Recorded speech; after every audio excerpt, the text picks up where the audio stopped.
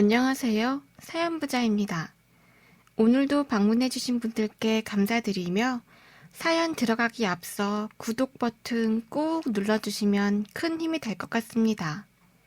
제 사연 끝까지 들어주시는 분들 복 많이 받으시고 대박나시고 부자 되세요.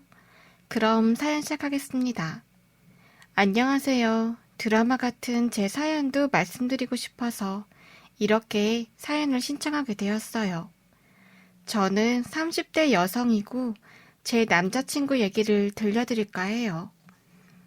제 남자친구는 키가 180 이상인 큰 훤칠한 키에 약간 피곤한 조인성 닮은 외모라 어떤 모임을 가도 여자들에게 인기가 많았던 사람이에요.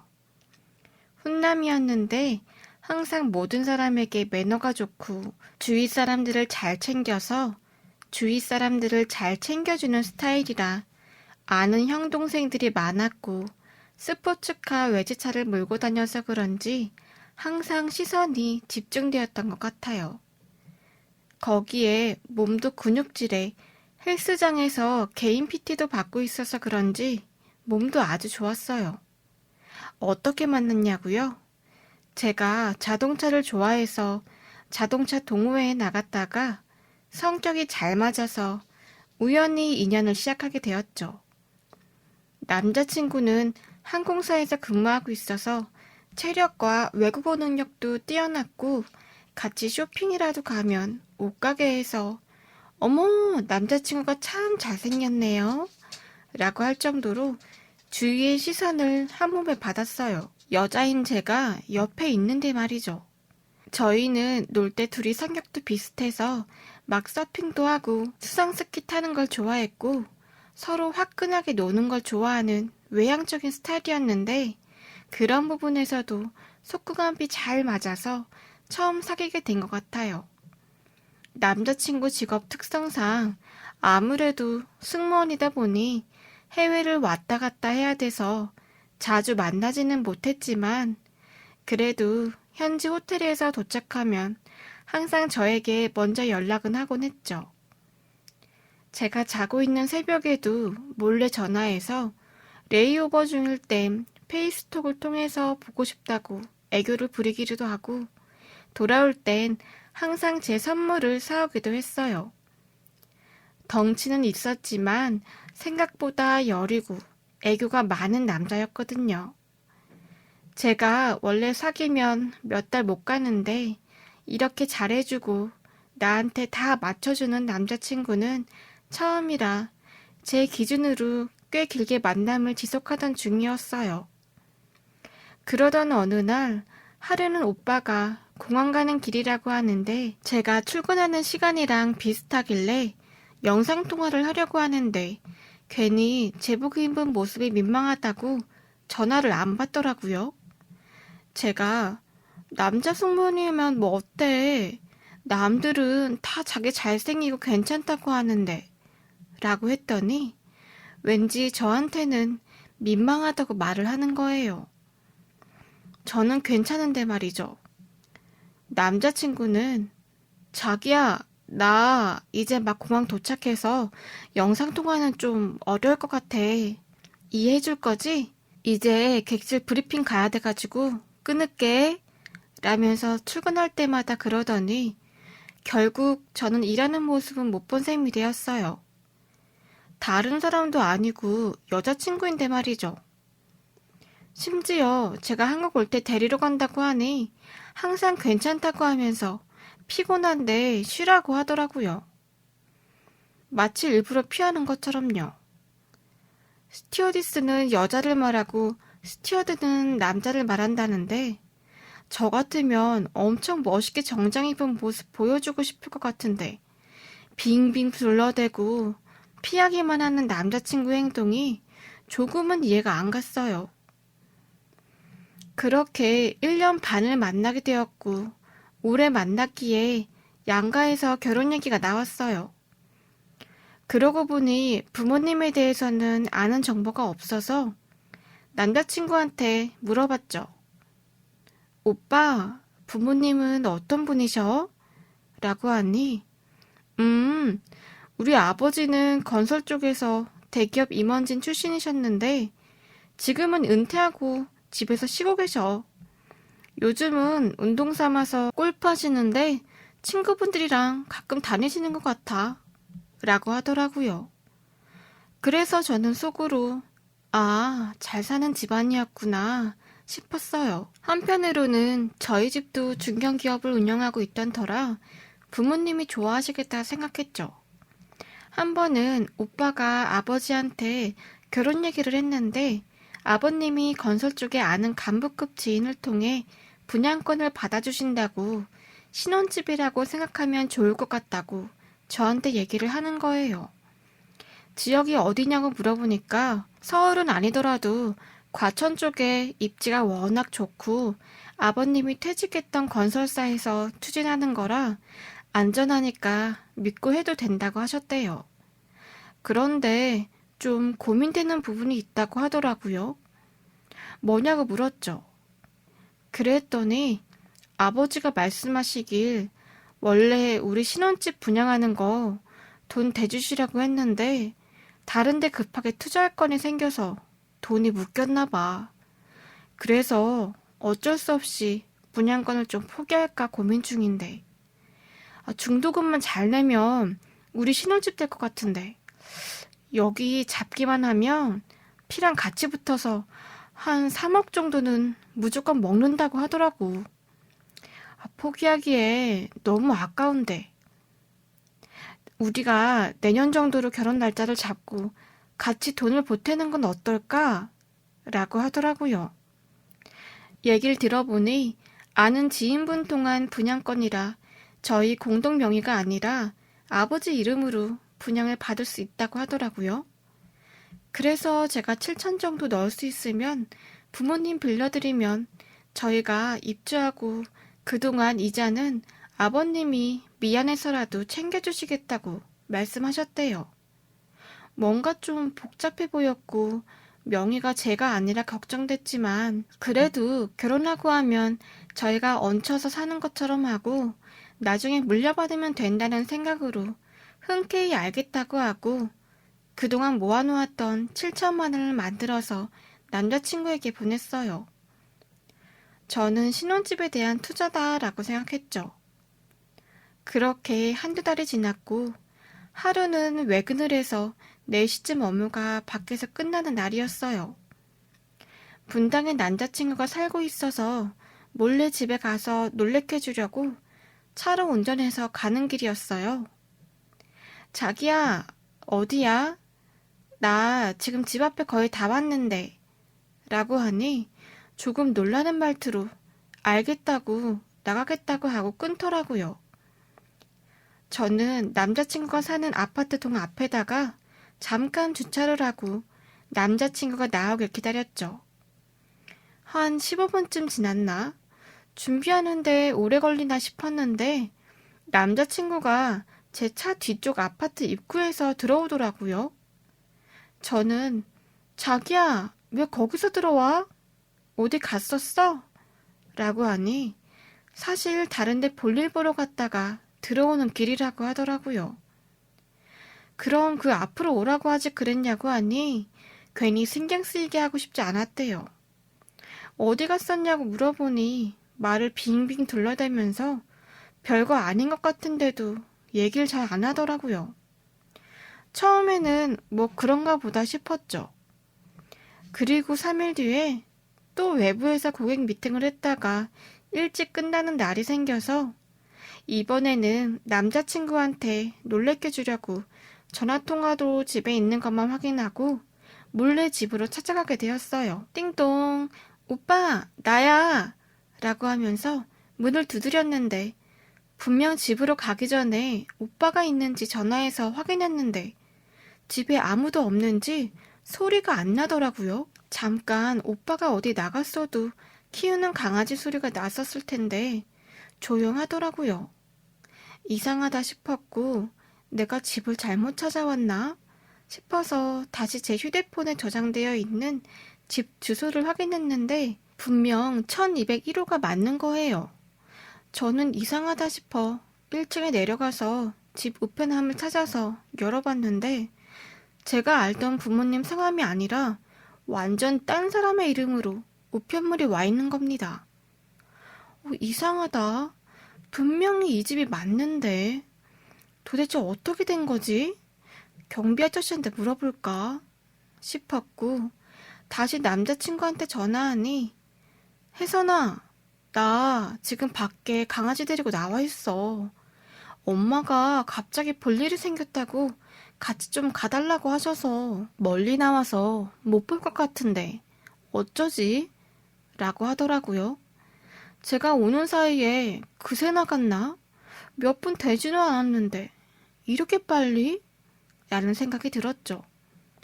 할 수 없이 집으로 차를 돌렸고 집으로 가는 내내 어머님이 가끔 남친 집에 오시는 걸 알았지만 이 시간에 올 리가 없었는데 싶었어요. 왜냐면 어머님은 가게를 하시고 계셨거든요. 우편함에 다른 이름으로 우편물이 온 것도 그렇고 생각해보니 집에 한 번도 못 가본 것도 그렇고 혹시 그 집이 부모님 집 명의가 아닌데 나한테 사줬다고 한 건가? 설마 라는 생각에 꼬리에 꼬리를 물고 안 되겠다 싶어 저는 집에 가서 남자친구네 주소로 부동산 등기부등본을 얼른 떼어봤어요. 그랬더니 소유주는 우편함에 있는 이름과 동일하게 나오더라고요. 매매가 아니라 전세인데 나한테 얘기하기가 좀 그래서 숨긴 건가? 아버님이 다른 데 투자하셨다고 해서 전세로 바꾼 건가? 라고 생각을 하다가 그래, 뭐 속사정이 있겠지. 뭔가 좀 말하기 그래서 그런가 보다. 그럴 수도 있지 뭐. 라고 생각하기로 했어요. 그러고 몇 주 뒤 오빠네 부모님과 같이 식사를 하는 자리가 있어서 저는 최대한 단정하게 입고 약속 장소에 나갔어요. 남자친구와 부모님은 먼저 와 있었고 반갑게 저를 보면서 혜선아, 여기야 여기 라고 맞이해 주더라고요. 아무래도 결혼 얘기도 나온 뒤 부모님과 함께하는 식사 자리라 편하지는 않았지만 최대한 예의를 갖춰서 실수하지 않게 편하게 하려고 노력했어요. 한정식집에서 코스 요리를 먹었고 식사가 거의 끝날 때쯤 오빠가 잠깐 화장실을 가더라고요. 저는 순간 혹시 그때 집이라는 생각이 불현듯 떠올랐고 몰래 어머님께 살고 있는 동네 얘기를 얘기했어요. 어머님, 살고 계신 동네에 마트가 들어온다고 하던데 이제 장 보시기 편하시겠어요? 라고 하자 어머님은 우리 동네 말이니? 난 처음 듣는 얘긴데 금땡동이 다른 동네에 비해 자꾸 좀 오래된 아파트가 많아서 들어올 데가 없을 텐데 라고 하시더라고요. 순간 저는 얼굴이 새하얗게 질리면서 식은땀이 났습니다. 제가 저번에 갔던 그 동네가 아니라 완전 다른 동을 얘기하시는 거예요. 제가 알기론 진짜 오빠가 사는 동네는 다른 분당 동네에 비해서 좀 허름하고 분위기가 안 좋은 곳이었거든요. 저는 너무 놀라서 당황하는 모습을 비췄고 어머님은 얘야, 너 괜찮니? 좀 어디가 불편해 보이는데 아픈 건 아니지? 라고 하시는데 뭐라고 말을 못하고 있을 찰나 화장실에 갔던 오빠가 왔어요. 갑자기 얘가 몸이 안 좋은지 표정이 어둡다고 어머님이 그러시니까 남자친구도 같이 체한 거 아니냐며 걱정을 해주더라고요. 저는 많이 당황스러웠지만 말 못할 사정이 분명히 있겠지 싶었지만 내심 좀 마음이 그랬고 많이 섭섭하더라고요. 뭐 전세라고 해서 이해 못할 제가 아닌데 말이죠. 평소 오빠는 명절 때마다 제일 좋은 1등급 최고급 한우로 저희 부모님 드리라고 명절 잘 보내시라고 편지도 쓰면서 잘 챙겨줬었어요. 그리고 비행 갔다 올 때는 항상 제가 좋아하는 화장품도 잔뜩 사주고, 생일날은 1,000만 원짜리 샤넬 명품백도 깜짝 선물해주고 했던 사람이었죠. 어디 가면 항상 저 먼저 챙겨주는 그런 다정다감한 모습만 보여줬고, 저에게는 누구보다 완벽한 사람이었거든요.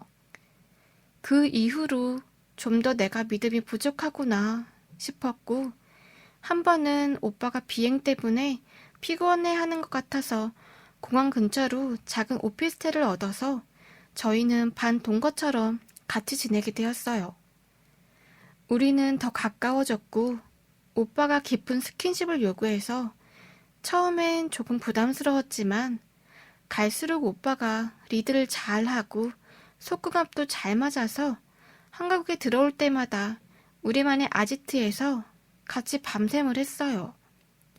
그렇게 가까워질수록 오빠에 대한 믿음은 더 커졌고, 오빠 친구들도 소개받으면서부터 지난번 겪었던 오빠에 대한 비밀스러운 집안 사정일은 점점 잊혀지고 있었죠.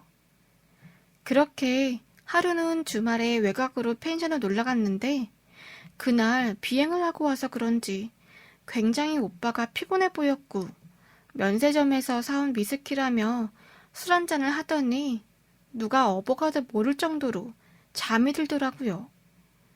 금요일 밤이라 저도 쌓였던 업무 때문에 지쳐있던 찰나 오빠 휴대폰이 징징 울리기 시작했는데, 문득 며칠 전에 봤던 영화의 한 장면이 떠올랐습니다.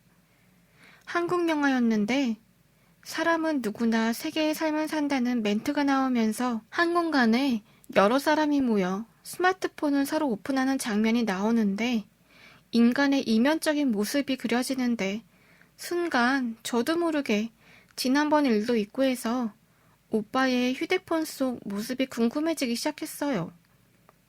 연애 시절 한 번도 오빠 휴대폰을 들여다본 적은 없었거든요.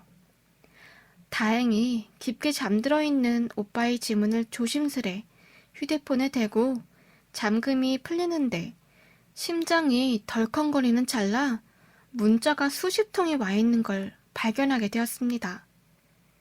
이게 뭐지?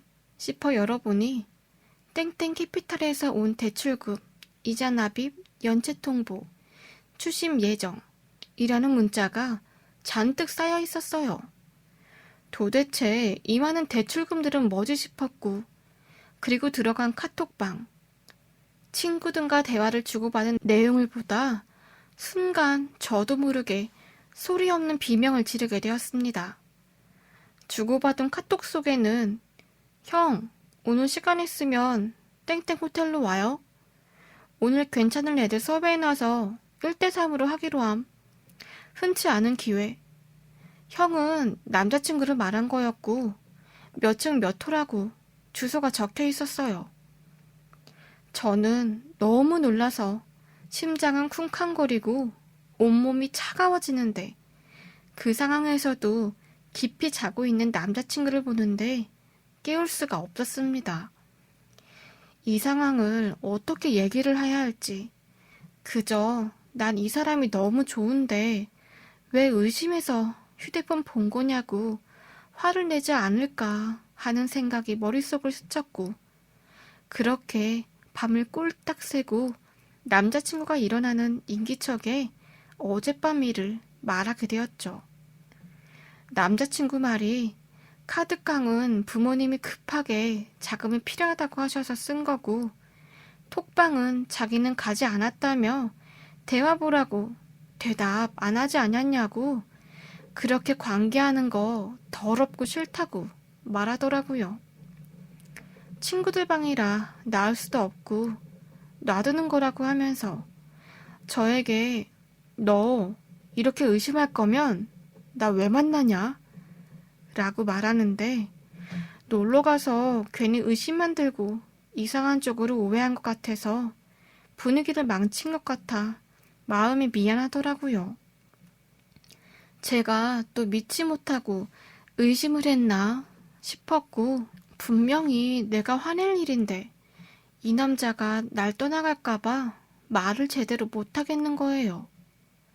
남자친구는 말하는 거랑 다르게 숨기고 있는 게 많았지만 얘기를 들어보니 다 맞는 말인 것 같아서 다른 생각 안 하고 남자친구를 진심으로 믿기로 했어요. 사실 밤에 관계를 가질 때 성인용품을 쓰는데 좀 그랬지만 참고 맞춰줬어요. 그러다 하루는 한 달에 한 번 여자가 아픈 그날인데 한 달이 지났는데도 생리를 안 하는 거예요. 설마 해서 약국 가서 임신 키트를 사서 화장실에서 해봤는데 다리에 힘이 풀리고 덜컥 주저앉았습니다. 제가 임신을 한 거예요. 남자친구에게 알리니 임신? 아닐 텐데. 미안해. 오빠가 실수했나 보다. 어쩌지? 라고 하면서 엄청 놀라는 기색이 역력한데 막 반가워하는 눈치는 아니어서 순간 많이 속상한 마음과 걱정되는 마음이 동시에 들면서 어떻게 할지 모르겠더라고요. 그날 바로 만나서 어떻게 할지 상의를 했고 제가 오빠, 우리 어차피 내년에 결혼하기로 한 거니까 아기는 하늘이 주신 선물이라고 생각하고 일찍 결혼하는 건 어떨까?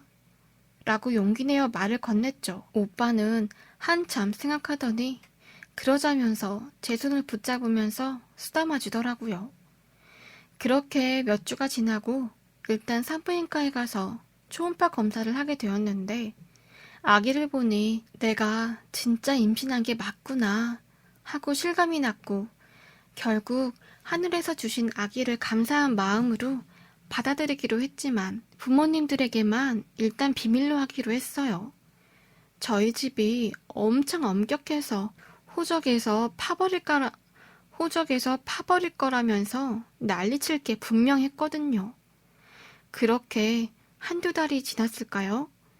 제가 예민하고 스트레스 자주 내는 것 같다며 오빠가 여행을 제안했고 함께 놀러 가게 되었어요. 오빠가 비행 때문에 한국에 얼마 없으니까 있을 때마다 저랑 관계를 하고 싶어 했는데 배도 살짝씩 부르는 것 같고 임신을 해서 그런가 기분도 왔다 갔다 거려서 좀 피했더니 한동안 소원해지는 것 같아서 미안하다고 기분 전환하러 가자고 한 여행이었어요. 그러다 다시 제 눈에 들어온 휴대폰 카톡. 다시 제 심장이 미칠 듯 쿵쾅거리기 시작했죠. 에이, 아닐 거야. 이번엔 그럴 리가 없어. 나는 오빠 믿잖아. 그렇게 수십 번 마음속에서 메아리를 소리쳤어요. 그런데 이상한 느낌적인 느낌은 숨길 수가 없더라고요. 저도 모르게 자꾸 마음이 휴대폰으로 갔고 휴대폰을 만지작거리고 있었어요. 그래, 이번 한 번만 딱 확인해보자. 이번이 진짜 마지막이야. 라는 생각으로 오빠를 믿고 있는 내 자신에 대해서도 오빠에 대해서도 확인하고 싶어졌던 거예요. 그때 마침 오빠가 잠들기도 하고 딱 한 번만 보자 라는 생각으로 휴대폰을 열어본 순간 그리고 발견한 어떤 여자에게서 온 카톡 메시지. 오빠, 어디야? 한국이야? 보고 싶다. 이번엔 심장 소리가 제 귀까지 들렸어요. 떨리는 손으로 그 여자에게서 온 카톡을 열어보니 이럴 수가. 나 몰래 만나던 사람이었던 겁니다. 카톡 대화 내용은 끝도 없이 올라갔고 저한테는 업무차 해외 간다고 하고 이 여자와 몰래 해외여행 가서 관계를 했고 오빠가 레이업 간다고 했을 때도 연락해서 서로 옷도 걸치지 않은 사진까지 주고받고 보고 싶다고 사진 보내달라는 내용까지 너무나도 충격 그 자체였습니다. 어떻게 그렇게 다정다감하고 나밖에 모르는 사람이 그럴 수 있지?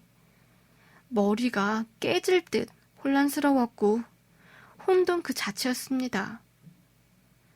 뱃속의 아이 생각에 일단 그 여자 카톡 아이디를 캡처해놓고 일단 없었던 일인 마냥 미칠 듯한 혼란 속에 쿵쾅대는 마음을 억누르고 아무렇지 않은 척 다음날 몸이 안 좋다는 핑계를 대고 집에 돌아왔습니다.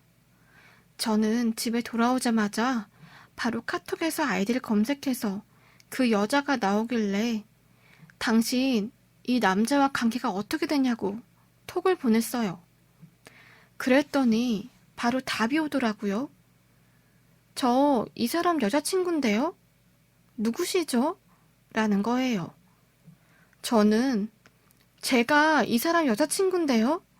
라고 했고 알고 보니 만난 지 1년 정도 됐고 어떻게 두 사람을 속일 수 있는지 서로 당황해하며 대화를 이어나갔습니다. 이 여자는 세관에서 근무하는데 해외를 왔다 갔다 했고 오히려 해외에서 데이트를 많이 했고 사진을 주고받으며 관계를 이어나가 이 여자도 격분해서 저기요, 이런 놈은 가만두면 안 돼요. 그쪽도 지금이라도 정신 차려서 뒤통수를 쳐야 돼요. 아니 뭐 이딴 놈이 다 있어.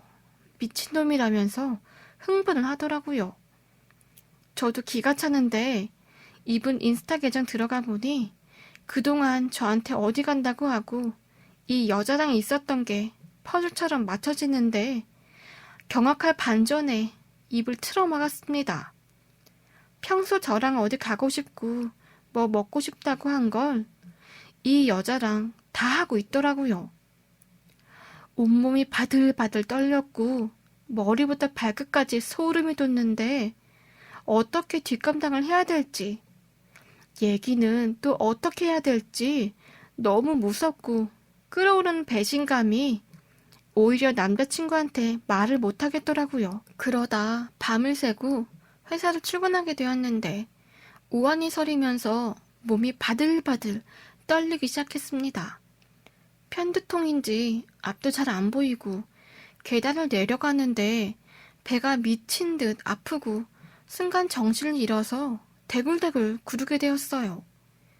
쓰러져 있는 저를 동료 직원이 발견하고 119를 불러 응급실 신세를 졌는데 의사가 와서 괜찮냐고 스트레스성 유산이라고 진단을 하더라고요.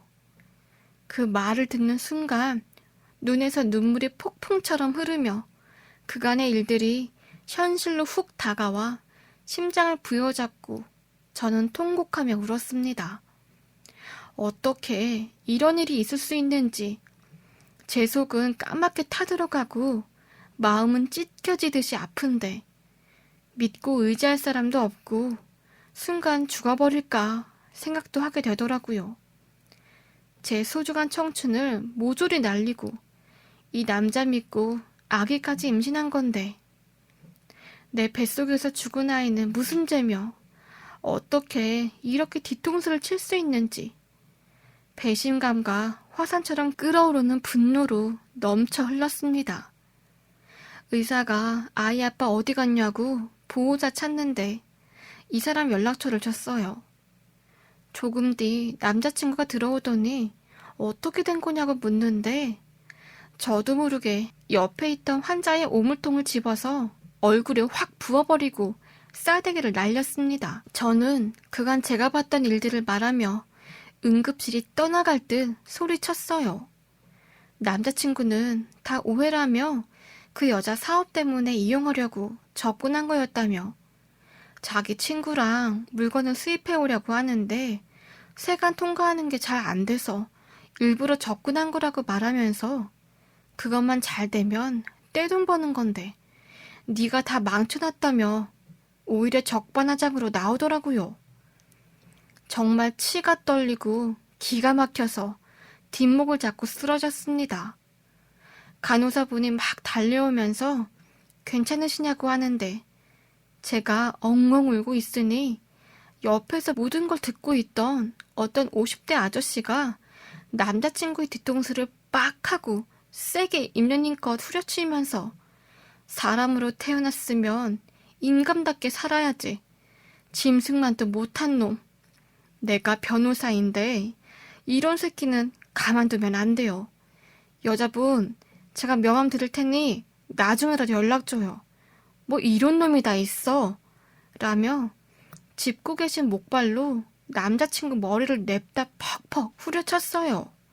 다들 제 사연을 들어서 그런지 말리는 사람은 한 명도 없었고 다들 미친놈이라고 욕하면서 맞고 있는 걸 못 본 척 하더라고요. 그렇게 응급실에서 한바탕 소동이 있었고 전 정말이지 남자친구가 떠난 자리에서 링거 맞고 멍하니 있었습니다. 그리고 갑자기 온 한 통의 카톡. 혹시 돈 빌려달라지 않았냐며 그 여자분이었습니다. 알고 보니 이 여자에게도 2천만 원 빌려서 갚지도 않았고 항공사에서 일하는 것도 다 가짜였던 거였어요. 그 회사 다니는 사람한테 부탁해서 조회해봤는데 그런 사람 없다고 했대요. 생각해보니 집 주소도 다른 사람 명의였고 거기에 직장까지. 그리고 뭘 수입하였길래 작정하고 세관 여직원까지 작업한 건지 온통 거짓말 투성이었습니다. 결국 이 여자와 같이 가만두지 않기로 했고 이 일을 엄마한테는 말해야겠다 싶어서 말씀드렸더니 가만 안 두겠다면서 우리나라 최고의 김앤정 법무사무소에 계신 고위급만 변호한다는 변호사를 지인 통해서 선임해서 사기죄의 민사소송으로 모든 절차를 밟기로 했습니다. 다행히 제가 입금했던 돈은 돌려받았지만 500만 원 정도는 못 받은 건 계좌로 입금해서 증거물이 되었고 한두 달밖에 주지 않았던 이자 입금까지 그리고 혹시 몰라서 찍어뒀던 주민등록증이랑 카톡과 녹취록 등 모두 증거물로 제출해서 깜빵에 쳐넣었습니다. 제발 합의해달라고 했지만 절대 합의는 없었고 민사 형사소송 모두 할 수 있는 건 다 취해서 그동안 사기죄로 속였던 것들 모두 법적 대응해서 단호하게 아주 엿먹어줬어요. 나중에 한 사실인데 들여온다는 물건이 뉴스에 가끔 터지는 흰색 가루더라고요. 이 남자 전과도 있었고 모든 게 다 거짓이었고 연기였던 것이었습니다.